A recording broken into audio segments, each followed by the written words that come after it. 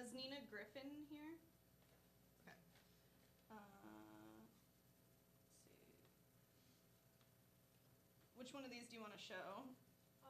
The first one. Okay.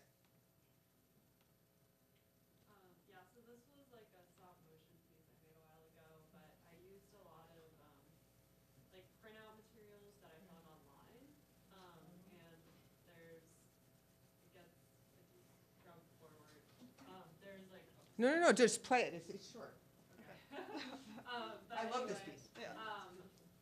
I'm just wondering, like, because it's sort of a like fine art piece, like what a fair use rights would be, because there's like clips and logos and stuff going on here.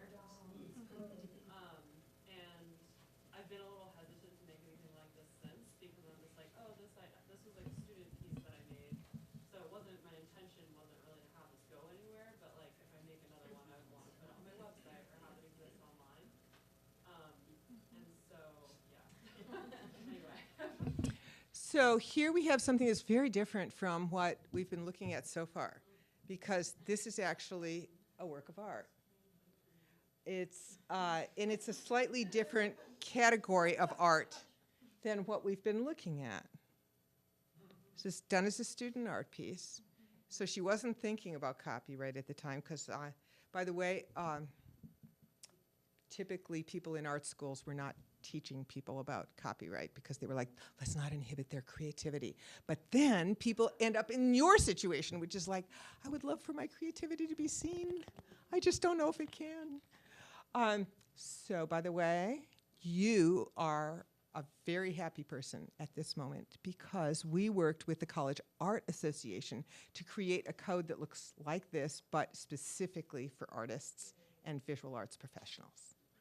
So that you can go to by going to the same URL, cmsimpact.org/visual arts.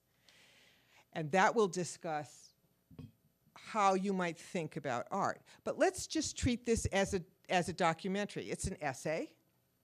It's a commentary.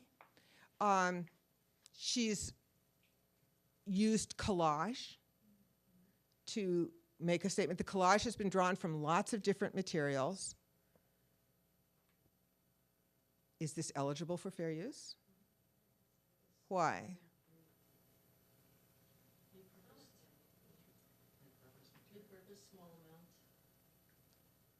Yes, go ahead. We have another thought. Yes? Oh, no, I was just saying too. What? I just said I thought it fell under the two categories. Okay. I think it's a little more challenging with this film to make this squeeze into one of the four categories, although I think you could squeeze it into two quite nicely. But you guys really hit core fair use logic here, because you were like, hey, it's about repurposing. Like, she's not employing Starbucks. What are some of the other logos you used? Okay, so like another point. This is actually a really important point. There's a whole other part of law that has nothing to do with copyright fair use. It's trademark. Trademark is a very, from your perspective, trademark is a very irrelevant part of your life.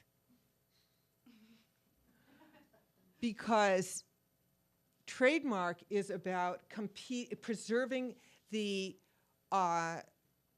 identity of the brand. So a trademark will protect Starbucks from somebody using the same logo and calling it Farbucks and selling coffee with a, a tall, grande, venti, and having people be confused about which place they're going to. Or else starting a place that calls itself Starbucks. So like trademark gives a company the right to its brand protected from other companies. It does not give a company the right to its brand protected from any criticism from non-companies like artists, like documentary filmmakers. So all those pixelated images you see on Discovery Network and reality shows, an example of a fundamental misunderstanding. Or possibly an attempt to erase those logos until they get product placement. But either way, it's not your concern. You don't need to be concerned about logos. But you have a lot of copyrighted material. Those are all pictures. What have you done with those pictures that allows you to claim repurposing? And it's not cutting them up or coloring them, because it doesn't matter really what you did to the thing.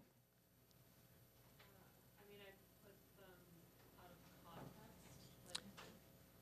You put them into a new context. You put them out of their traditional context into a new context, because why? To make a statement or a commentary on that subject and those brands and. Go on. You were making a commentary on, well, the subject, the brands. What were you commenting on? Food culture in America. Pop culture, food, America, body image. Okay, great. So you're making this point, and you're using collage to make a point about our body images with lots of different, and our relationship to food and our relationship to brands.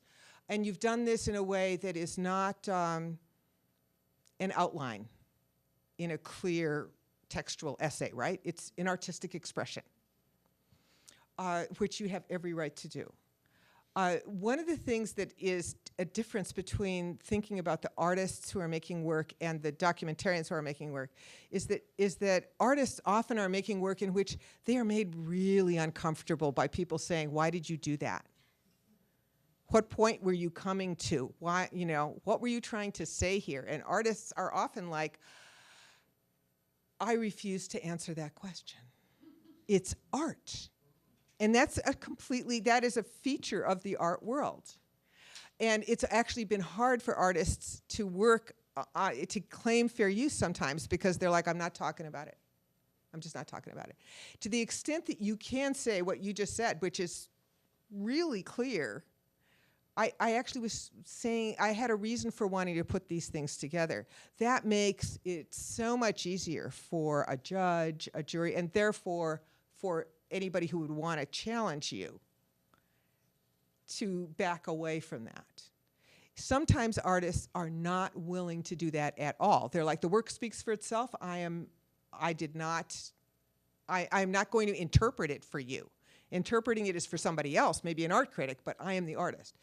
And if you absolutely cannot do that, you still have a right to claim fair use. It just may be hard to explain to a sleepy judge or somebody else what you had in mind. So in a way, this is illustrative of this issue that's so interesting about fair use, which is that in a way it's about the stories we tell. It's about, like, what am I doing that's different than just playing this music, than just showing the movie? Why am I doing that? And so that's a question if you were worried about, how can I justify using this material? It's about being able to tell that story of, what am I doing that's different than simply exploiting it for its original purpose?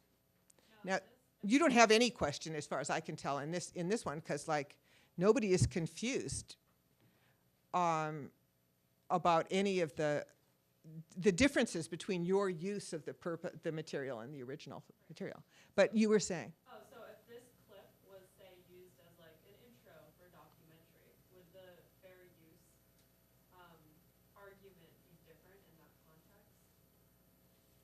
I mean, the whole video? Are you saying, what happens if I put this on YouTube and somebody takes the whole video and puts it as the intro to their documentary? I'm making a short doc about food. Okay. And I use this as the intro sequence. Does that change the fair use for these images? Okay, fair use experts, what do you think? Who says it changes it? Who says it doesn't change it? Okay, I think you've got a lot of people who say they understand why you use that other material differently. And you might encapsulate that into a larger and different argument, but it would still be using the material differently.